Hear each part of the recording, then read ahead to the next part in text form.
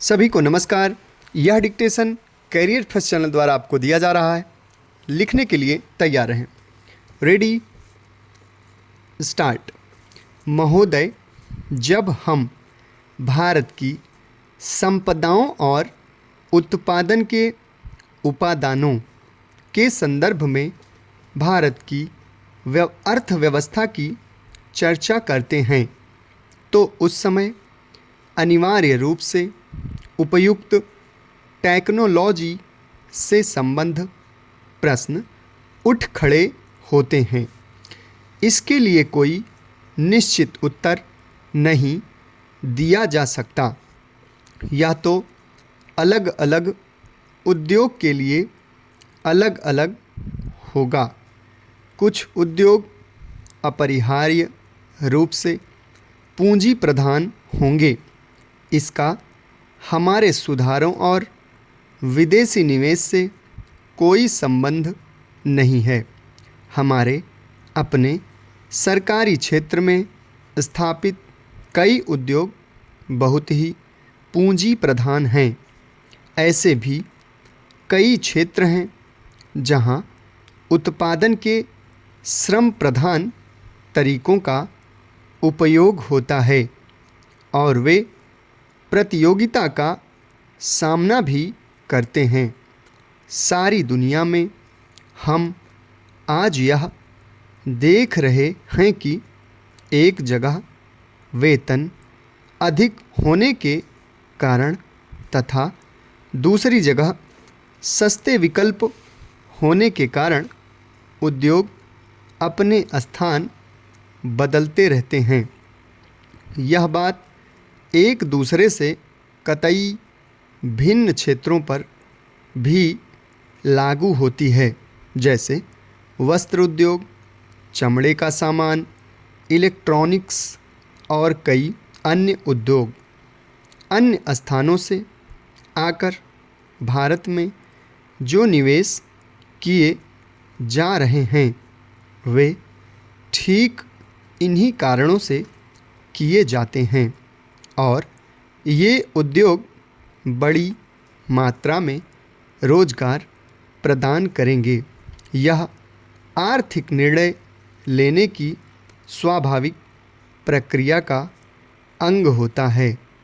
ऐसा सोचना अनुभवहीनता ही कहा जाएगा कि भारत में पूंजी प्रधान उद्योगों की स्थापना लोग जानबूझकर करें, बिना इस बात पर विचार किए कि दोनों देशों में आपेक्षिक मूल्य और हमारे सुस्थापित तुलनात्मक लाभ क्या हैं। उसी के साथ जहां पूंजी प्रधान टेक्नोलॉजियां और उच्चतर उत्पादकता तथा वेतन साथ साथ चलते हैं, उनका हमें स्वागत करना चाहिए। उन्हें टालना नहीं चाहिए। अंतिम निर्णय तो बाजार की शक्तियों पर निर्भर करेगा। मुझे ऐसा कभी नहीं लगता कि हमारे उद्यमी निर्णय करने में किसी से कम कुशल हैं।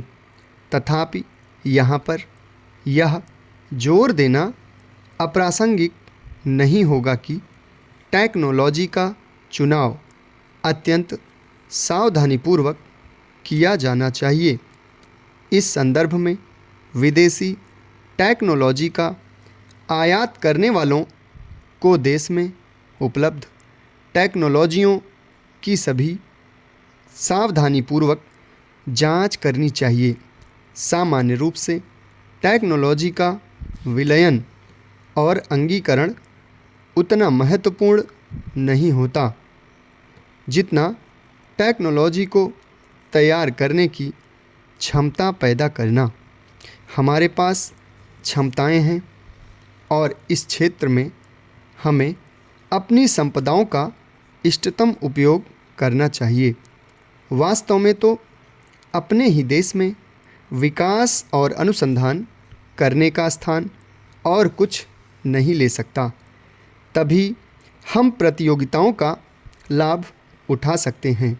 विशेषकर उस स्थिति में जब अन्यत्र टेक्नोलॉजी में विकास बड़ी तेज़ी से हो रहा है और उनके पुराने पड़ने की दर भी बहुत ही ज़्यादा है। यह बात पूरी तरह स्वीकार की जाती है कि नियंत्रणों और परमिटों की प्रणाली से ईमानदारी का खात्मा हो जाता है। उदारीकरण प्रक्रिया का तात्पर्य इन नियंत्रणों को समाप्त करना है। मुझे यह देखकर सचमुच बहुत खेद होता है कि इस संक्रमण काल में जब हम लाइसेंस राज से उदारीकरण की प्रणाली की ओर बढ़ रहे हैं, संरचनात्मक समायोजन हो रहा है। समाप्त। धन्यवाद।